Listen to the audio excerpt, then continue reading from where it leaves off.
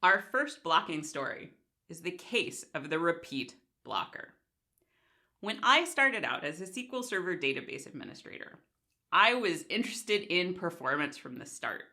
So I did lots of research on how to configure my SQL Server, how to configure Windows, and how to get the best hardware to leverage SQL Server's strengths and try to get consistent great performance. But it wasn't very easy. Early on in my career, we started having an incident where customers were complaining about the application being slow, and signs pointed to the problem being in the SQL Server.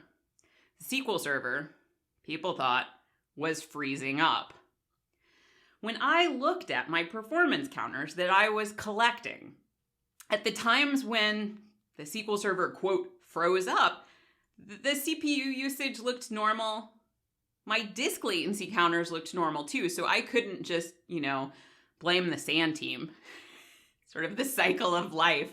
The application tier's like, oh, the problem's in the SQL Server. And the SQL Server people say, oh, well, the problem's in the SAN. Well, I didn't have any evidence to do that. Also didn't have any errors in my Windows log or my SQL Server log. Looking at their performance counters, you would never know that anything had been going on in an unusual way.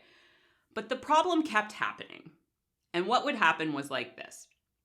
A customer would be working in the online application and they'd push a button and the screen would freeze up in front of them.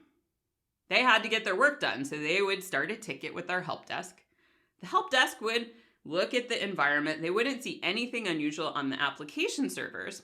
They'd engage the database administrator on call, who would log in, look at the SQL Server, and when they ran the built-in procedure SP-who2, well, they would get a lot of rows back. This was a busy SQL Server, and the built-in procedure SP-who2, it returned a lot of rows in sort of a random order, but it would show that one session or one or more sessions was blocked by another session. SP-who2 doesn't give you a ton of detail about what sessions are doing in SQL Server, but it will show blocking. So the DBA on call would see this blocking, they would take a deep breath, they would try to feel hopeful, and they would kill off the blocker to let the blocked session go through. After they did this, the customer would report that the screen unfroze and they were able to finish their work. Now, the DBA killing this session, this is always scary when you kill a session because there's a couple things. The session that you kill, whatever application issued that session is gonna have to be smart enough to catch that it failed and retry it and redo the work. Right? You're gambling whenever you're killing that the application is that smart. There's also the risk that the rollback could be long and painful and cause blocking while the rollback is in process. Rollback is mostly single-threaded and it can be really slow.